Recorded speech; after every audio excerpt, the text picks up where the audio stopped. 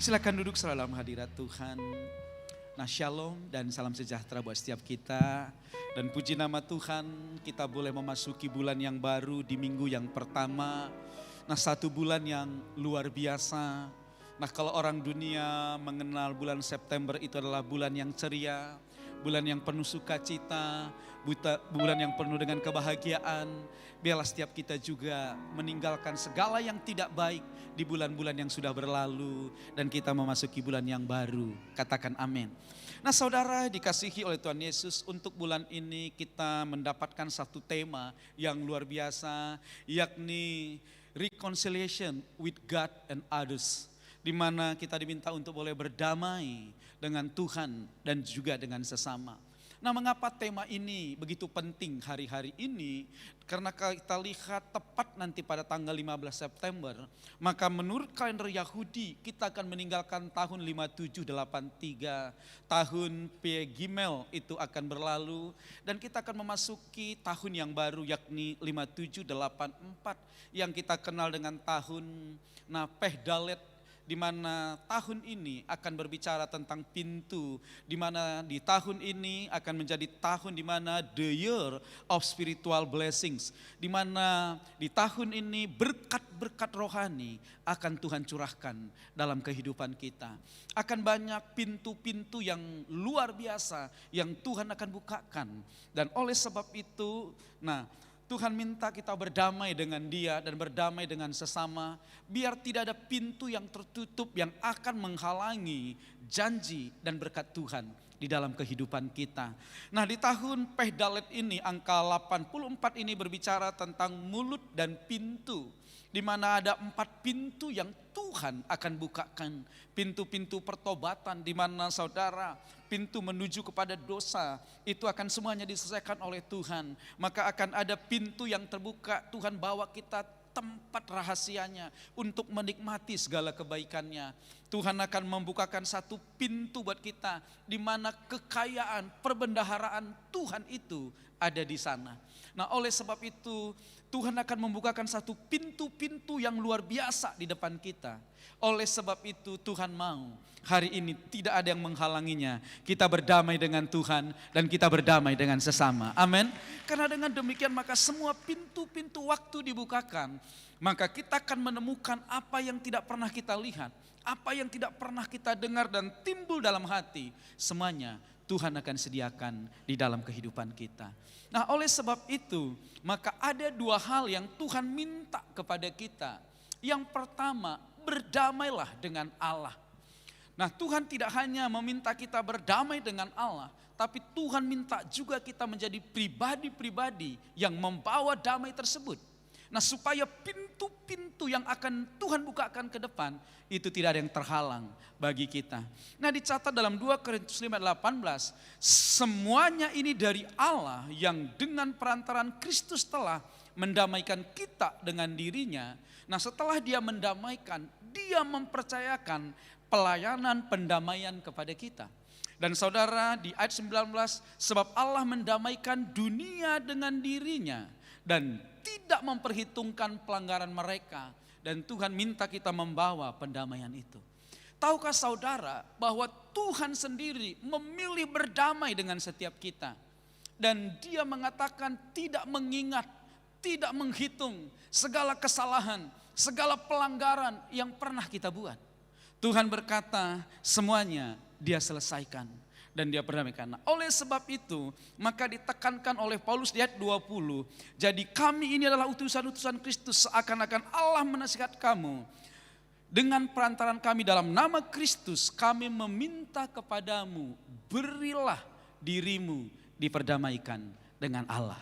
Saudara yang dikasihi oleh Tuhan Yesus, Tuhan sendiri rindu berdamai dengan kita tanpa memperhitungkan segala kesalahan-kesalahan kita. Tetapi lebih daripada itu, Tuhan minta, hari ini berilah dirimu diperdamaikan dengan Tuhan. Amin. Sama-sama katakan, berilah dirimu diperdamaikan dengan Tuhan. 1, 2, 3. Berilah dirimu diperdamaikan dengan Tuhan. Kurang kuat. Berilah dirimu diperdamaikan dengan Tuhan. Bilang sama sebelahnya, berilah dirimu diperdamaikan dengan Tuhan.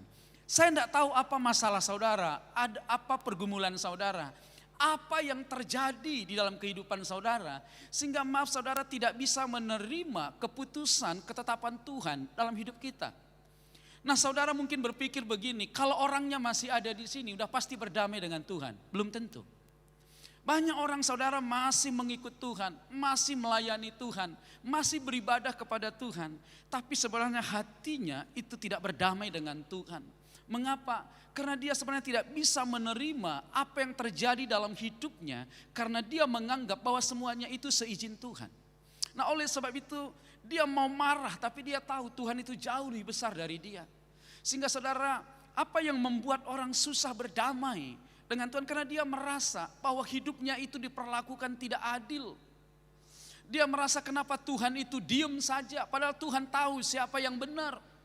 Ketika saudara dia ditipu, dia dikecewakan, hak dia diambil, kekayaan dia dilarikan. Dia berpikir saya sudah melayani Tuhan, saya sudah rajin ke gereja, saya sudah baca firman Tuhan. Kenapa Tuhan diam saja? Kenapa Tuhan gak bela saya? Sebenarnya Tuhan bisa mencegah hal ini tidak terjadi dalam hidup saya. Tapi kenapa hal ini terjadi dalam hidup saya? Sebenarnya saya gak perlu sakit, tapi kenapa saya mengalami sakit penyakit yang ada? Nah waktu dia mengalami semuanya itu, sebenarnya hatinya itu marah kepada Tuhan, tidak terima dengan Tuhan. Dan waktu itulah dia kesulitan untuk berdamai dengan Tuhan. Karena dia merasa, mengapa Tuhan diam saja dengan semuanya itu? Mengapa Tuhan izinkan sepertinya ada hal yang kurang baik, bahkan tidak baik, itu terjadi di dalam kehidupannya. Namun siang ini Tuhan berkata, apapun itu, berilah dirimu diperdamaikan dengan Allah. Beri tepuk tangan buat Allah kita. Ayo bilang sama sebelahnya, jangan marah lagi sama Tuhan. Ada yang masih marah sama Tuhan? Enggak ada yang berani Pak. Percayalah, banyak orang-orang Kristen itu marah sama Tuhan. Karena dia merasa Tuhanlah dalang daripada semuanya itu, yang mengizinkan semuanya itu. Nah, oleh sebab itu saudara yang dikasihi oleh Tuhan Yesus. Nah pertanyaannya, mengapa saudara kita enggak mau berdamai dengan Tuhan? Intinya cuma satu. Karena kita tidak rela Tuhan itu memakai kita menjadi alat dalam tangannya. Dan kita tidak rela Tuhan itu memakai kita menjadi alat kemuliaannya. Nah mengapa? Karena ketika seseorang itu dipersiapkan menjadi alat di tangan Tuhan untuk menyatakan kemuliaannya, maka di dalamnya akan ada pembentukan. Sama seperti seorang ahli besi, ketika dia punya besi yang hanya berbentuk panjang dan tidak ada gunanya, maka ketika dia ingin besi ini menjadi pedang yang baik, pedang yang tajam, maka apa yang dia lakukan? Maka dia akan mulai membentuk, karena dia tahu besi ini dijual pun harganya sangat murah. Tapi kalau dia menjadi besi, menjadi pedang yang baik, dia akan sangat mahal. Maka besi ini akan dibakar di bara api sampai membara. Setelah itu diletakkan dalam tatakan yang keras dan dia akan dipukul berkali-kali. Dan tidak hanya sekali, setelah terbentuk dia akan masukkan lagi ke api. Terbakar dia letakkan lagi, dia pukul lagi. Lalu dia masukkan lagi, begitu berkali-kali sampai dia membentuk pedang yang baik. Dan mungkin pedang ini berpikir saya sudah punya bentuk, sudah selesai. Oh tidak, pedang ini harus diasah lagi untuk bisa menjadi tajam dan dia punya nilai yang mahal. Nah pembentukan-pembentukan inilah yang membuat kita merasa kadang Tuhan itu tidak adil. Kalau pisau ini untuk dipertajam maka ada batu yang akan mempertajamnya. Tapi untuk mempertajam kita, kira-kira batu apa yang Tuhan gunakan? Nah bukan batu tetapi orang di sebelah saudara. Coba lihat wajahnya, nah itulah orangnya. Karena dia gak mungkin jauh. Karena jauh bagaimana dia menajamkan kita. Nah kita selalu berpikir bahwa kalau ada sesuatu yang tidak baik terjadi, berarti ada dosa, ada iblis, ada kesalahan. Tunggu dulu, itulah pemikiran murid daripada Tuhan Yesus. Makanya ketika dia lihat anak yang cacat, ketika dia lihat anak ini cacat dari kecil, pikirannya itu muncul, pasti ada yang salah ini. Sehingga dia tanya Yesus, Tuhan, anak ini cacat, ini salah siapa? Salah nenek moyangnya, salah orang tuanya, atau salah dia?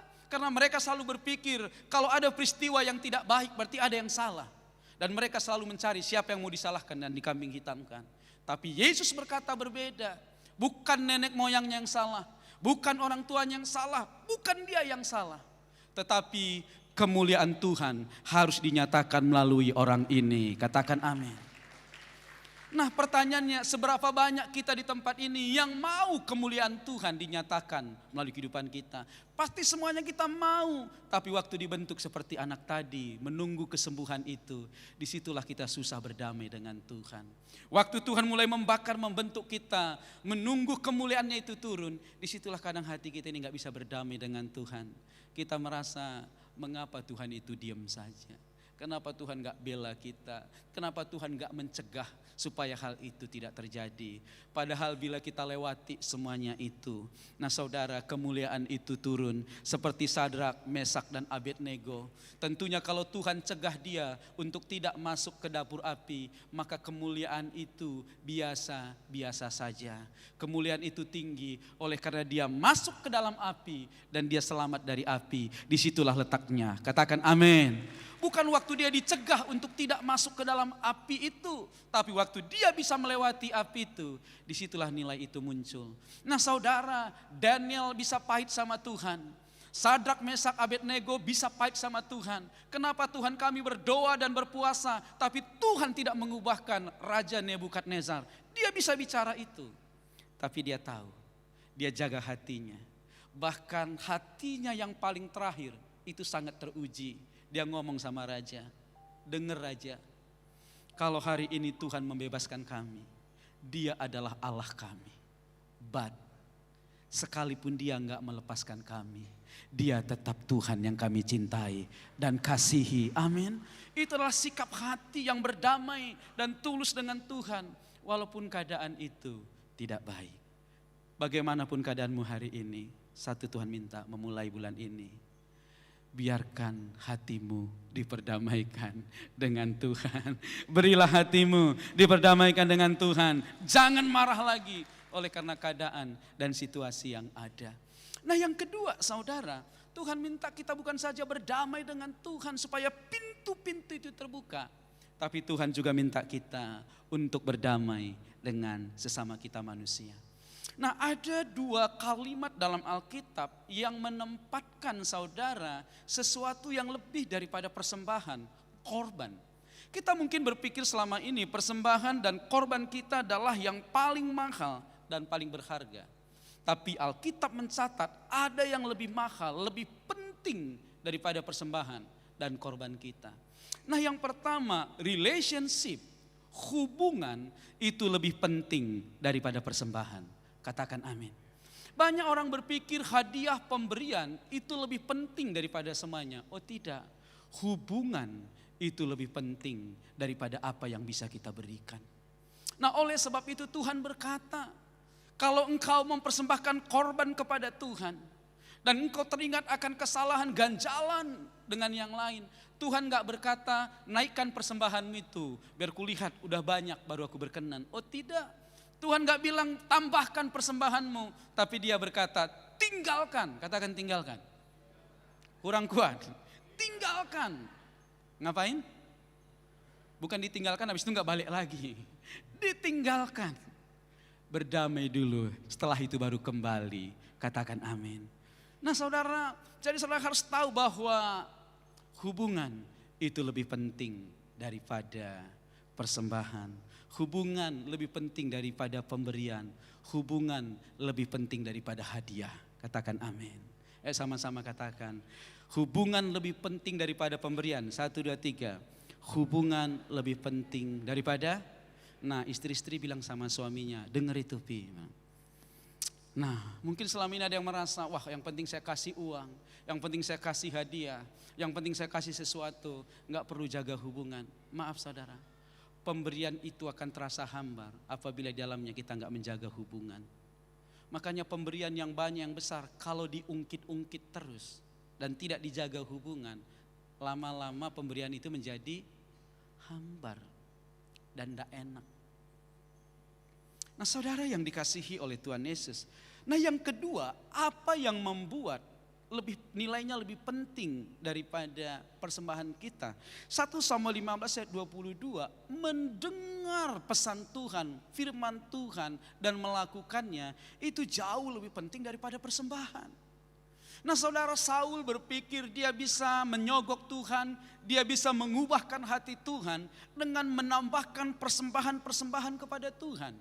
Sehingga Nabi Samuel harus datang dan mengingatkan dia, berkata, sesungguhnya mendengarkan lebih baik daripada korban sembelihan, memperhatikan lebih baik daripada lemak domba-domba jantan.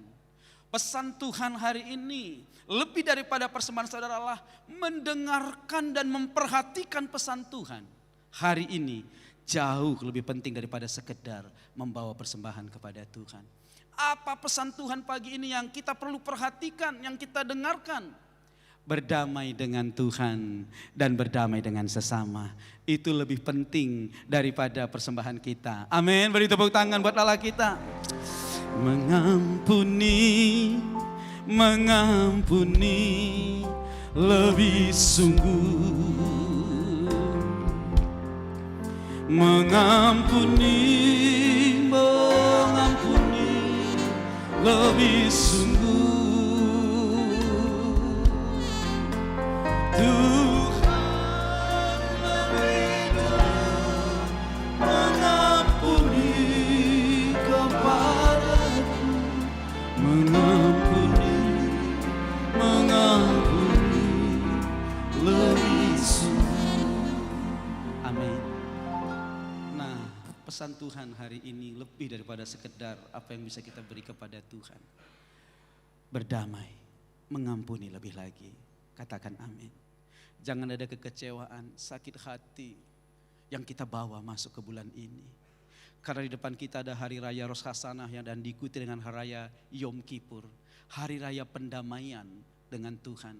Biarlah kita berdamai dengan Tuhan sehingga tidak ada pintu yang tidak terbuka. Semua pintu-pintu janji dan berkat Tuhan bukakan kepada kita.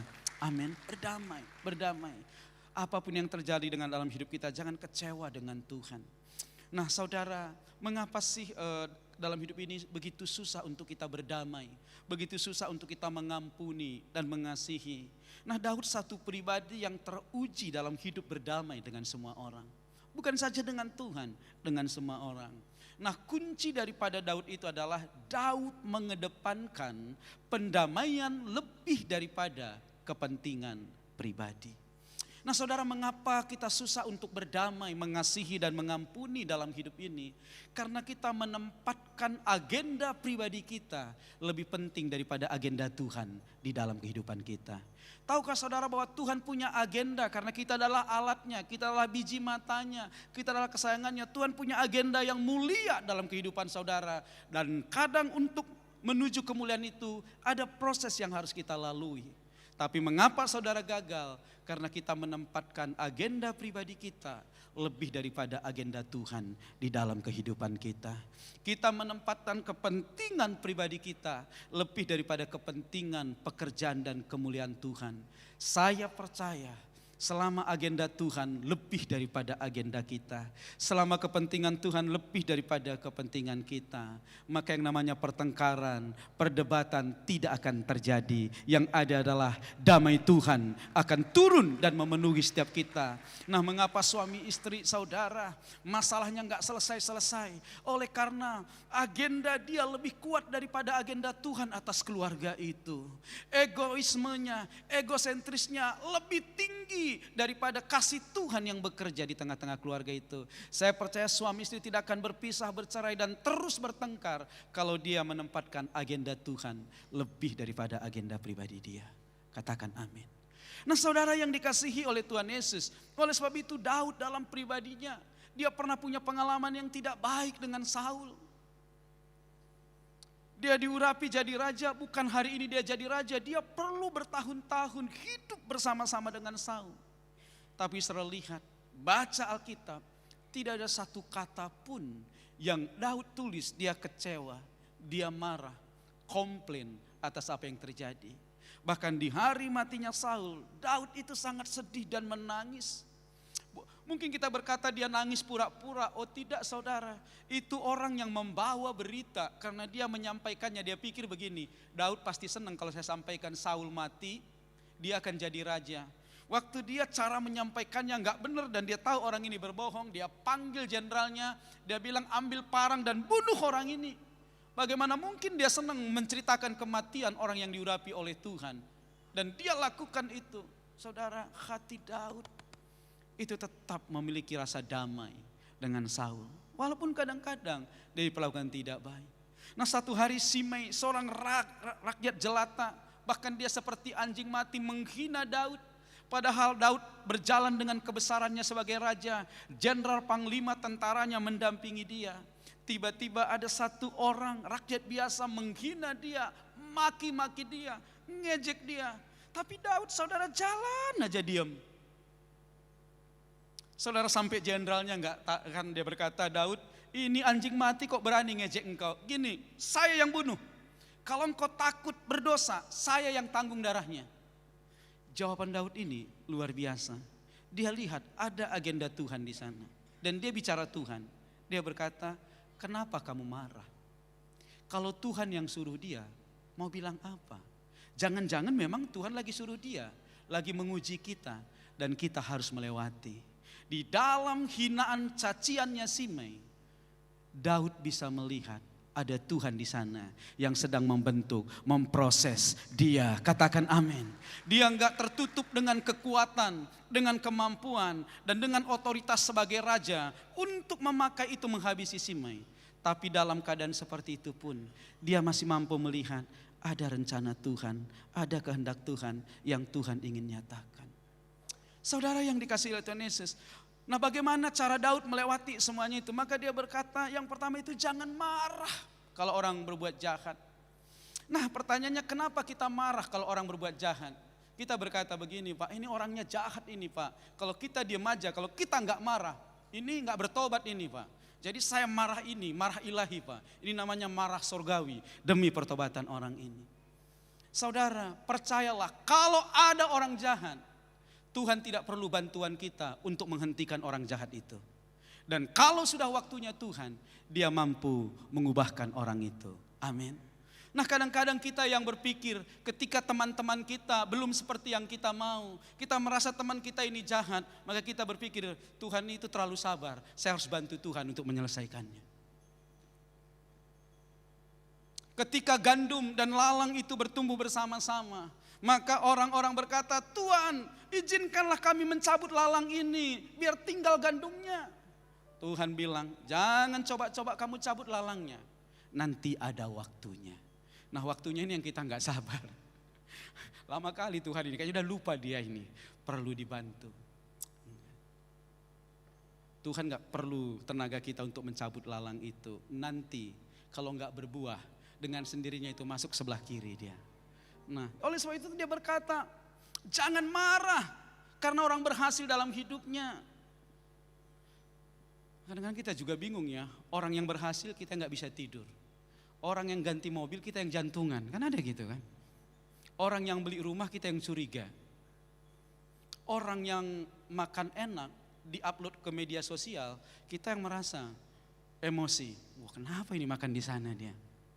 Orang yang jalan-jalan, kita yang kemudian sakit hati, betapa malangnya nasib saya, kok nggak jalan-jalan sampai hari ini. Jangan marah, karena marah pasti membawa kepada kejahatan. Udahlah, nggak ada marah surgawi, katakan amin. Ini marah surgawi nih Pak, demi kebaikan bersama. Enggak. Tapi kan Pak, Yesus itu marah Pak, dia balik-balikkan meja. Itu Yesus, saudara, bukan Yesus. Yesus itu pencipta. Kalau dia marah sama ciptaannya untuk sebuah tujuan, wajar. Kalau kita ini sama-sama ciptaan. Coba lihat di sebelah saudara, dia Tuhan atau ciptaan? Bilang kita sama. Sesama ciptaan, dua pesan Tuhan. Yang pertama, sesama ciptaan gak boleh saling menghakimi, katakan amin. Kalau Tuhan menghakimi kita, wajar. Dan jangan bilang begini, oh saya hakimi dia, Tuhan aja menghakimi. Loh, beda kita dengan Tuhan. Saya marah sama dia, Tuhan aja sama marah. Beda. Tuhan itu menghakimi ciptaannya. Sesama ciptaan, perjalanan ini masih panjang. Kita nggak tahu siapa pada akhirnya yang menjadi pemenang. Nah, di dalam kita menunggu rencana Tuhan itu, ada yang namanya gap, jurang pemisah. Janji dan janji itu digenapi, ada jarak. Nah, gap ini, Kronos dan Kairos ini berperan penting. Tapi cuma satu yang Tuhan minta dari kita, respon. Katakan respon. Nah, di dalam semua peristiwa-peristiwa yang tidak mengenakkan ini, mungkin kita ditipu, mungkin kita difitnah, mungkin kita dituduh, mungkin hak kita diambil dan lain sebagainya. Percayalah, Tuhan sanggup menggantikannya. Tuhan hanya menunggu dan melihat respon kita. Biarlah dalam keadaan yang tidak baik, kita memiliki respon yang baik. Nah saudara, yang terakhir, Tuhan berkata, dan Daud punya pengalaman, siapakah orang yang punya masa depan?